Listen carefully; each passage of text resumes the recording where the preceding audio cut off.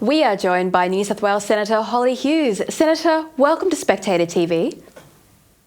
Thanks for having me, Alexandra. Well, everyone remembers the broken promises about cheap power bills and reliable energy. Now, these promises seem to be getting further and further away under the Labor Party, and we've got Labor in state and federal, and nothing is getting better. The economic crisis that families are seeing has been driven by serious mistakes during COVID and the ongoing war against reliable, cheap power that is starting to make Australia question its objection to nuclear energy.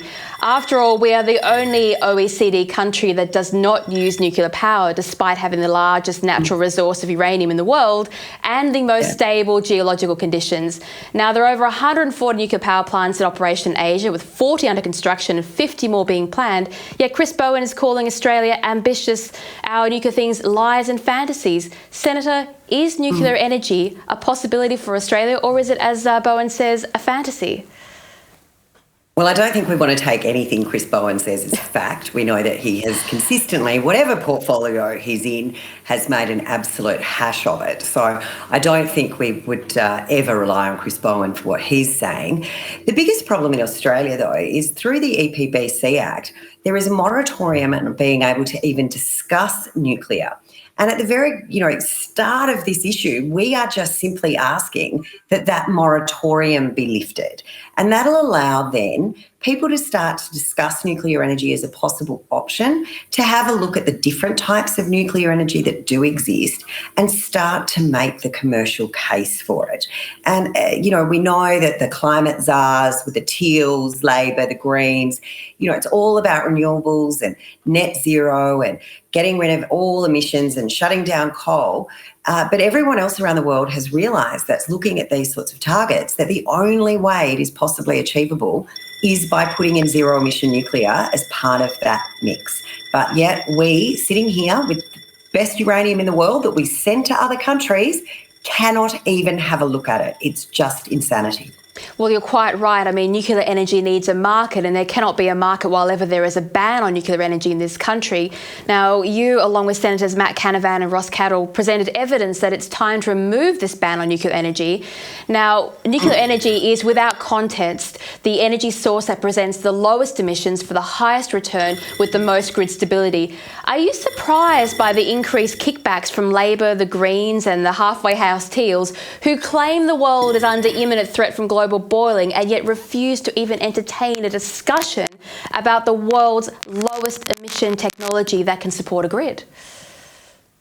The other thing as well, though, that's absolutely extraordinary to me, and you mentioned Senator Cadell, he's one of the senators that's been putting up a motion. We're on our 7th go now, looking for an inquiry into this rewiring the nation and the transmission lines and where they're going to go, what farmland's going to be destroyed, interestingly, what Indigenous cultural heritage sites are going to be destroyed, koala habitats are going to be destroyed. But, in the pyramid of things that Labor, the Greens and the Teals care about, solar and wind, renewable energy, is at the pinnacle of their triangle. Because remember, the Greens used to care about koalas and whales and all those things? Not anymore, because they're below wind and solar. So it's just insanity. But to come back with this transmission lines, the thing about nuclear, and for lack of a more technical way of explaining it, you can fundamentally take a nuclear power station and just plug it into the existing transmission network. So we do not need the $100 billion investment that I think is probably a lowballed figure for what the government's saying it's going to cost us to rewire the nation. And keep in mind, that's rewiring the nation. That doesn't generate anything. It doesn't store anything. It is purely transmission lines. Yet these guys are so wedded to wind and solar, they just will not even contemplate any other thought process. Well, I'm surprised that they're not looking at South Africa, because their rewiring to do with renewables is what's crippling the South African plan to go to renewables. And they've got similar distances to cover to Australia, and it has not been as easy as it says on paper. And in general, renewables have not turned out to be the climate saviours that the public were promised. Indeed, there's an increasing body of evidence that wind, solar and battery are causing more harm to the environment and putting immense strain on production lines of limited resources that are needed for other technology. Now, I was speaking to a European economist economist to explain that Germany was regretting mothballing its nuclear power plants as wind is starting to fail on their continent, and France and other nuclear nations are now reopening and increasing their nuclear demand to cope with the failure of the renewables grid. Now, do you think that in Australia, watching this catastrophe unfold in Europe, which we are heading toward, that there's a renewed interest amongst the public to put pressure on politicians to re-engage with the nuclear debate? I genuinely hope so. I know I did my master's degree in politics and public policy, and I remember one of the subjects went around evidence-based policy. And evidence-based policy is looking at areas and countries similar to your own to see what they've done, what's worked, what hasn't worked, how things could be adopted, tweaked, worked out, so that you're not reinventing the wheel and you can actually tweak and improve on policy that's already been tried overseas. And so for this Labor government, aided and abetted by the Teals and the Greens, to keep pushing us down this road is just, it's beyond belief that this is the way they want to act, because you can look to overseas. You can look where the German Greens are now pushing for the reopening of the coal-fired power as well. Even the Greens in any of these countries, they understand the need for nuclear power. And I think when you look at the United States, what's really interesting in the new states that are starting to embrace it, it's sort of been come at from two angles. From the left, they're coming at it from the perspective of it's zero emissions and it's a base load zero emission technology that can add that firming power into the grid. And then from the right, they've got the fact that it's cheap, reliable energy that can completely sustain industry and keep the economy moving. But they've come from either side and come together to bring nuclear back to the fore as part of their energy mix, and that will start to come online in more and more states. Yet here, we can't get our left to move. I think the right is there. I think the right understands that nuclear power must play part of the mix. I think there's a sensible conversation to be had. But I can tell you, after 2 weeks sitting in Parliament 5 days a week with these guys, and we don't normally do 5-day sitting weeks, we've done 2 back to back, and we're back for 2 more with 1 week break. Trying to get sense out of either the Greens or Labor is just, I think, a lost cause on many, many issues. Well, I think that, you're right, the Greens are a lost cause. It's going to take a long time and a lot of poor little koalas to show up on their doorsteps before the Greens start paying attention.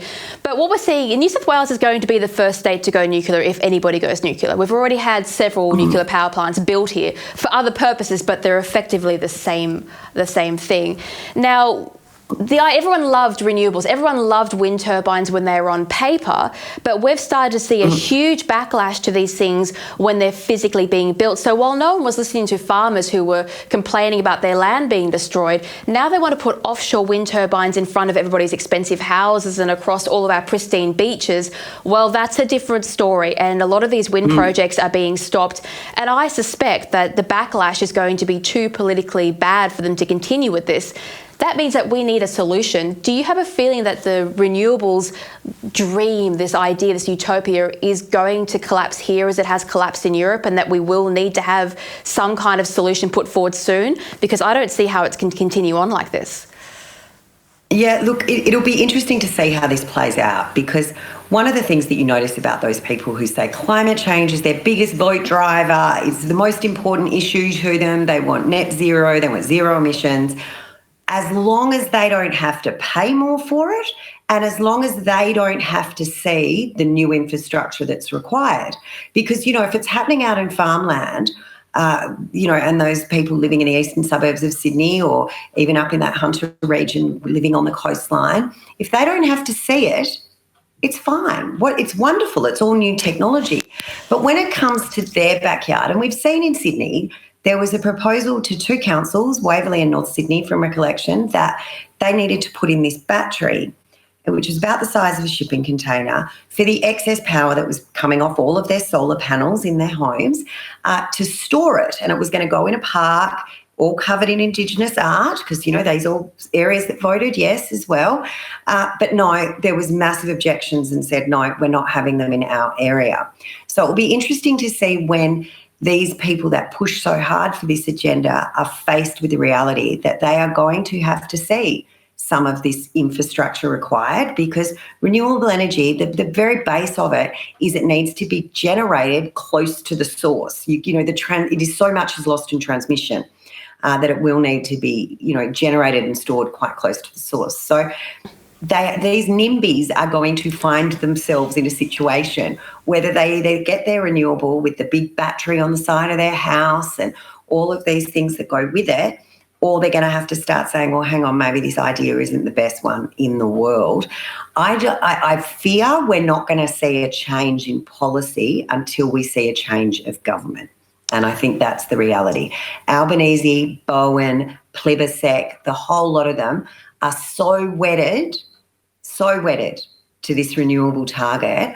I just can't see them walking away from it at any stage. And it'll be interesting. It's going to be a hot summer. Everyone's saying that. If we start to get rolling blackouts, we know power bills are going through the roof, and it is a cost of living pressure, a crisis at the moment for many, many Australians. And if they're sort of starting to feel like they can't put the air conditioning on because they can't afford the power bills, it's going to be reflected in the polls, and it'll be interesting to see how the Labor government responds to that. Well, anyone with any engineering experience knows that the least efficient way to handle and create power is to produce it a long way away, transmit it a long distance, and then try and store it, because that is the way you get the least power out of your investment, which is exactly what they're trying to do with wind and solar. Now, we always hear cost, this is the final question, cost cited as the reason we cannot have nuclear energy, despite the cost of the renewables transition being listed in the unknown trillions of dollars. Now, what I never hear anybody talk about is this idea of repowering, which is what is currently undoing the UK and EU systems of solar panels and offshore wind. You have to rebuild it from scratch every 10 to 15 years. Now, that ongoing cost cycle is enormous. And so you can say it costs so much for nuclear power plant, but the cost of nuclear trends towards zero as it approaches its 100+ year life cycle. Overall, it's a cheap power source. But this renewable, they never quote the lifetime figure over a century for this. So do you think that we can break down, or the coalition will be able to break down this myth of cost to show that actually over its life cycle, nuclear is actually cost effective? Look, again, that is going to be a challenge, because even as you're saying that, you understand that there's a lot of complex parts to that argument, and sometimes getting a big electorate to understand lots of complexity can be a challenge. I think what people will understand is this government's telling them that they're injecting more renewables than ever before, and they're going to see their power bills continue to increase. We do know, and we are prosecuting the case, and there's a saying in politics, when you're sick of saying it, that's when the electorate's starting to hear it. But certainly we are very much prosecuting the case that there is a misrepresentation that's been going on by this government when they talk about renewables being the cheapest source. And that's because they use this report called Gen Cost. I know you're aware of it, but Gen Cost, when it costed nuclear, it only did it over a 20 or 30 year life cycle. And as you said, most nuclear power plants, when they're being economically looked at, when that modelling's being done, they look to 60 to 70 year lifespan, not 20 to 30. So you halve the cost fundamentally right there and then. But then you've also got that when they talk about renewables, they start from 2030. So all of the cost of this rewiring the nation, all of this new transmission lines, all of what they have to do to go through land across Australia. I mean, this is, thousands and thousands and thousands of kilometres of new power lines that will need to be put up, aside from all the solar panels, the plants that are going to have to be built, and all of the wind farms that are going to have to be built. Those costs are what, are called sunk costs. So they're effectively zero in what renewable energy costs. So it's very tricky in the way that the CSIRO has produced this report. We asked a question in estimates, I asked a question recently about what is the life of the solar panels. Everyone says, oh, we've got more solar panels than anyone else in the world on our rooftops. This is so great. Remember, though, a lot of people put these solar panels up 10 years ago or so when there were huge subsidies being paid that basically were paying people to put them on their roof. Those solar panels are now coming to the end of their life. So what people are going to see is as the solar panels become less effective, their power bills are going to start to increase. Those subsidies don't exist for them to replace them on their roof. To recycle them costs about $30 a panel. It costs about $2 a panel to put it into landfill. So the problems with this sort of technology are exponential. Unfortunately, there's a lot of people who are deaf to those sensible arguments now because they're so brainwashed, being told for so long that renewables are the cheapest form of power. But we certainly will be continuing to prosecute it. And it's important that people like yourself that understand it continue to prosecute it as well, so that anyone who's watching this or listening to any of us or reading the newspaper that actually includes quotes from some of us, I know I've got an editorial coming out soon on the offshore wind issue, that they've got the information that they can talk to their friends and their family as well, so that people do start to understand how they are being sold a pup, quite frankly, on this renewable side. The coalition, we are technologically agnostic, at the end of the day. We're not going to say that we're only small modular nuclear or we don't want wind or solar at all. Like, it's all part of the mix, however we can best make it work. But at the moment, we are just headed down a road to disaster. Well, thank you so much for prosecuting the case for sensible energy. On that happy note. Look, I'm here at The Spectator. We will always forward the cause for cheaper, reliable energy for people, because honestly, it cannot keep going. We don't want to end up in a new dark ages. Let's put it that way. I don't want to go back to the candles. I'm a farm girl. I've done the whole blackouts with candles and things and going down to the well to get water.